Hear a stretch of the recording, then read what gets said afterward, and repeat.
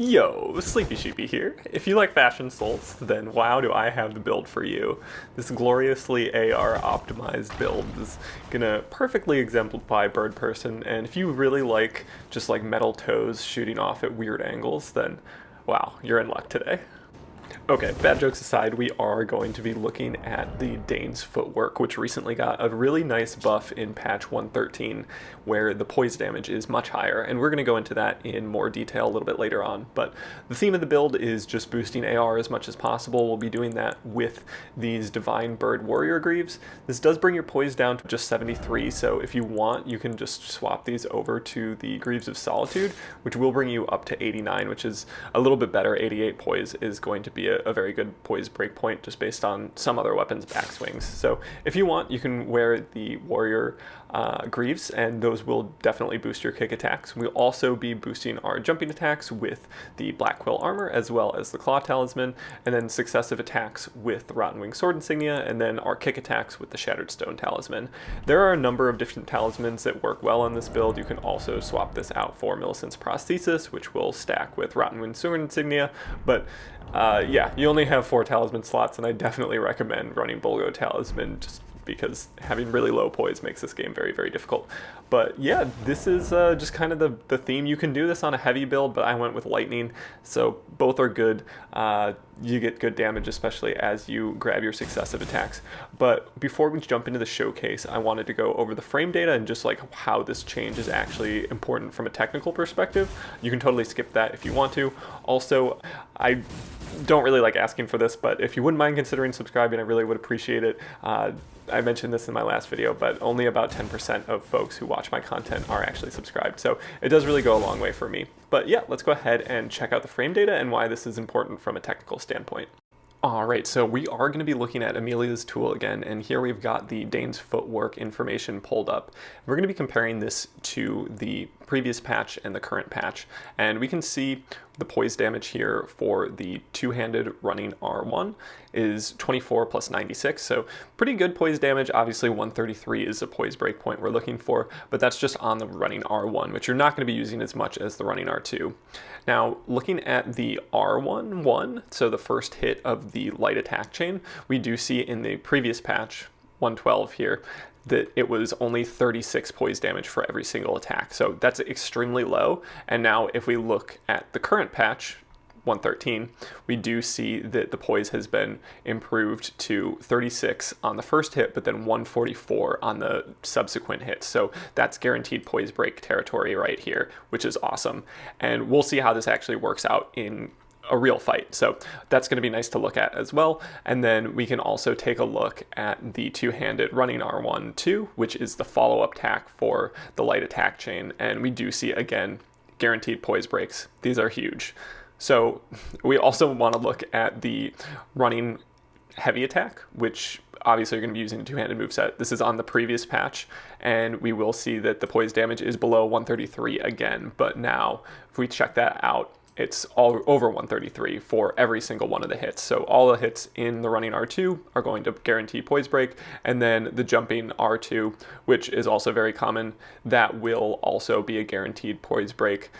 Yeah, poise damage is massive on that. So really, really nice poise changes for this weapon. So many more guaranteed poise breaks, which were really problematic. But let's go ahead and take a quick look at a duel when this frame data actually matters. Here, our opponent's going to be running power stance straight swords, and we're going to go for a jumping heavy attack and follow it up by the light attack chain. In the previous patch, the light attack chain did not do over 133 poise damage. It did about 36 poise damage. So here, as this player tries to mash, in the previous patch, they would have been successful, but here we're actually able to continuously break their poise and maintain priority. So I hope that was useful in terms of just understanding where this weapon lies in the meta, as well as how it performs when you're trying to maintain priority against an opponent. And we're going to try to, maintain priority throughout the course of these invasions. And we're going to start things off with a 3v1. So we try to use some elevator shenanigans, potentially disconnect one of the phantoms or the blues from the host. We're not actually successful, but having the elevator go up like that was, I think, fairly useful in just causing a big block of concrete to move in front of some of the players. So that can be a nice element to just getting yourself situated. Now, we do need to back off a little bit because they're all kind of clustered together, and approaching that is going to be difficult. We are seeing some arrows coming in from the side of the blue. And we also currently have the debuff applied where we don't get our maximum HP. So we're kind of just hanging out, seeing if they go after the PvE, and we're trying to wait for that to go away before we go for our heal, because we know our heal is going to bring us back to full. So there we can see the debuff goes away, and we get our heal, and we do get back to full HP. So that's really nice, a tactic, you know, I recommend. Here we go for Palm Blast, which the poise has changed for that, the hyper armor rather, where you don't get super armor anymore, so you can be poise broken by like a jumping heavy attack on a colossal sword, or I think Moonveil also breaks it, which is very unfortunate, but it still does give you very, very substantial hyper armor and also good damage, as we can see in that moment there. So we go ahead and swap over to the Hammer Talisman, which is going to be a good way for us to potentially, you know, break the guard of the host, who does have a shield. There we go for Palm Blast, which is a nice way to maintain priority against a heavier weapon. So, you know, in most instances when you expect your opponent to mash, getting some hyper armor and you know, shut down your attack, you can actually just go for Palm Blast, which will continue to give you hyper armor and actually get you priority back. So that's really nice there. And then we can see Palm Blast for a final time, which does break the guard of our opponent, and we're able to get a Misericord riposte. And I would say if you have the option to switch over to the Misericord to grab your riposte, that's a great idea, because the Dane's Footwork, even when lightning infused on a dexterity build, really don't do that much damage for critical attacks. Next, we'll be looking at a 2v1 where at least one player has hyper armor. I believe this player with the curved greatsword is going to be swapping over in just a few moments, and we do see poison in the mix, so we decide to swap our helm over to the Mushroom Crown just to see if we can get a little bit of AR. It's also worth noting that we're not super concerned about poise in this moment, because the poise damage of both these players' weapons is going to exceed any poise we might have. So we know that we're getting poise broken, so we might as well just get some AR from the Mushroom Crown if possible. So here we do get that buff just from the little poison darts coming our way, and then heal ourselves back up and see if we can get some damage in while our AR is buffed a little bit. But that 20% or that 20-second buff, it does go away pretty quick. So since they stopped kind of poisoning us with the darts, we're not necessarily sure if it's going to be too helpful, but it's not a bad idea to have that in the mix. We also do see the Beast Claws coming out from the side of the Phantom, and that's actually going to be a little bit more problematic for us, because our poise is rather low, and there was also a recent buff to the Beast Claw's poise damage. So fortunately, we're able to finish off that player pretty quick. And you will note that I do have the Dryleaf Whirlwind Ash of War as well as Palm Blast. So I alternated between the two, just kind of trying them out. But given the changes to hyper armor for Palm Blast, I was just kind of curious how that would play in invasions and if it felt substantial or not. Where I did find that it did feel, you know, somewhat substantial. I do miss the super armor, and I don't really know if that change was necessary. I think it's a very reactable thing, and as long as you don't just mash blindly into it, you'll be fine, kind of thing. But yeah, they chose to make the change, so overall I feel like the Dryleaf Arts are in a much better spot. So we ultimately do manage to collect the host as well as the Phantom, and we can move on to the next one, which is a 3v1. One of these players goes for a buff, and we try to shut that down with a freezing pot, and then they go for some dragon incantations, which we're really going to be focused on trying to shut down, because they can do a lot of damage, they take up a lot of space, and it also gives us an opportunity to potentially deliver all the damage we need to just focus on the other Phantom now. So we do knock this player down. We're doing a good job of staying up there and not falling down, but when this Phantom comes down, we will too. And we're potentially trying to get the guard break on this player. We're not sure if Palm Blast is going to do the trick. And then the host does come in. So the host is going to be using the Power Stance Light Greatswords, which I have yet to try on this latest patch, but I do know Light Greatswords are extremely strong now. So something to look out for, and especially with our lower poise build, we do need to be concerned and really just kind of respect the space of the light greatswords. We also do have a trap on the floor, and traps are a lot of fun, but unfortunately they're kind of doing more damage to us than anyone else, and that's especially because of the shield that the Phantom is using. They're able to actually block a lot of these arrows, so we're going to continue to try to utilize the trap. can be a really nice way to just relieve some of the pressure or also get some damage in on other players from a distance, I guess, which is, I don't know, especially with this build, just not super easy to do. But we do need to back off a little bit. It seems like potentially the Phantom is out of heals, so we're trying to be pretty aggressive on that player, and here we're just getting little bits of damage as they're guarding like all the time we're trying to attack.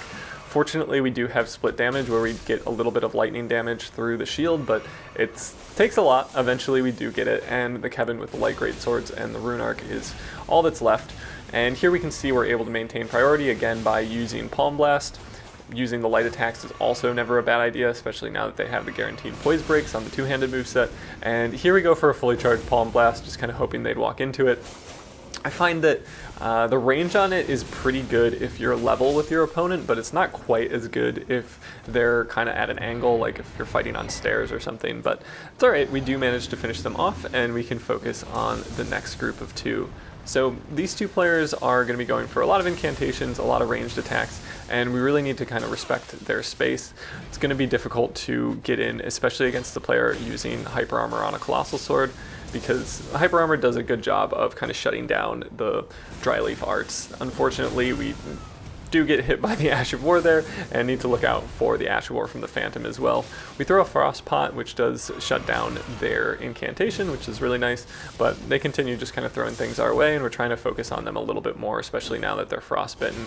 Any kind of buff you can get to yourself that will improve the AR of these weapons is going to be really helpful. So poise breaks are nice, but they do suffer from fairly low AR, and I don't know, I have a hard time deciding. Like, I do think you can have immense pressure with these, especially now that the poise breaks are in a pretty good spot, but the AR can be a little bit frustrating. But here we do get over 700 damage, like very quickly, and we'll also see in some of the duels later just how useful the kind of aggression you can have with these are.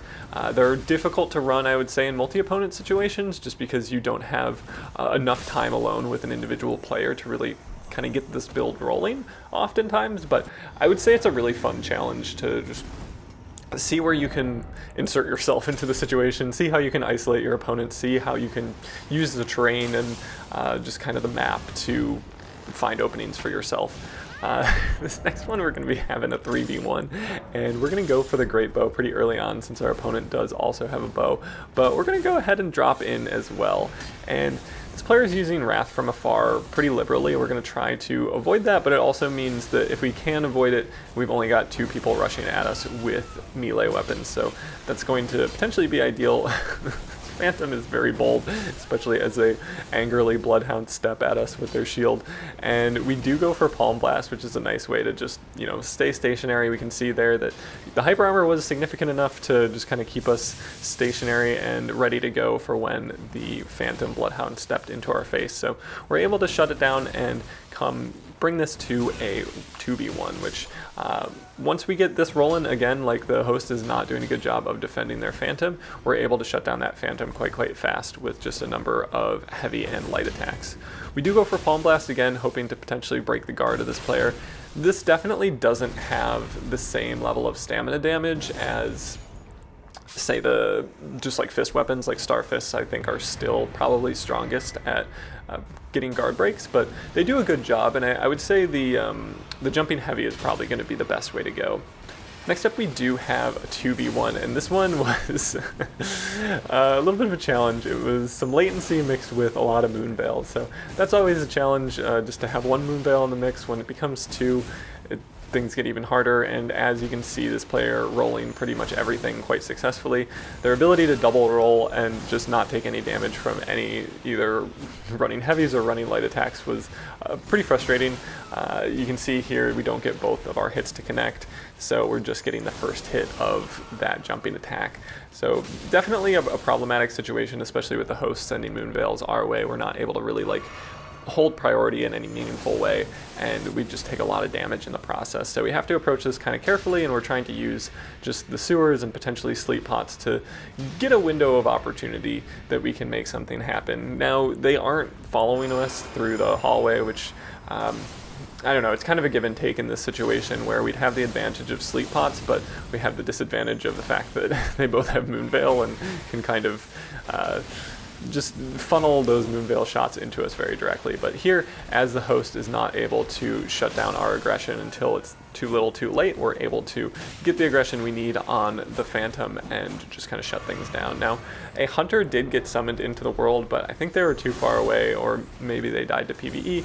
Either way, they don't become a huge factor in this. And again, we can start going for some nice aggression with the Dryleaf Arts, and we get them to a little under half health and then deliver one more hit. Brings them pretty close, but we do really need to back off. And we can see the detriment of low poise in a moment like this, where this player is running power stance katanas, and both of those weapons are going to poise break us on most swings. So, you know, it does really add up, and we need to be aware of that and just try to back off. Try not to mash too hard if we lose priority.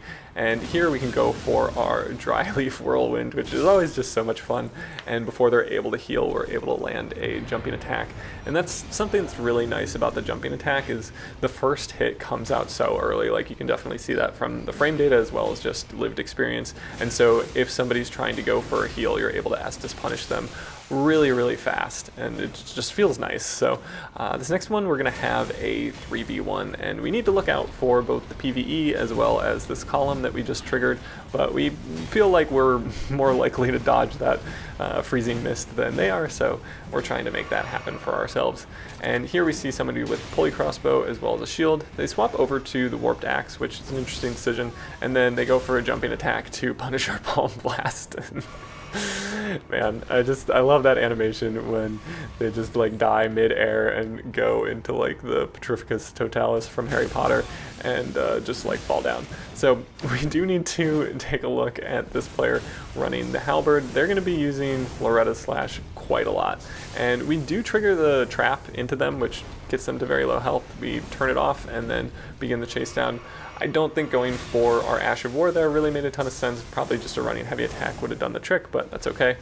They go for Loretta Slash a number of times. We try to grab some backstabs on it, but it's a little bit dangerous, and here we actually do get hit by Loretta Slash and need to heal up. So they're pretty much just going to be pressing L2 for the rest of this invasion. We go for a jumping attack to get their poise broken, and our next goal is going to be to get them slept. So we think that they're going to keep going for this Ash of War, so they're going to be kind of stationary, which means a sleep pot is going to be a pretty good option for us, I think.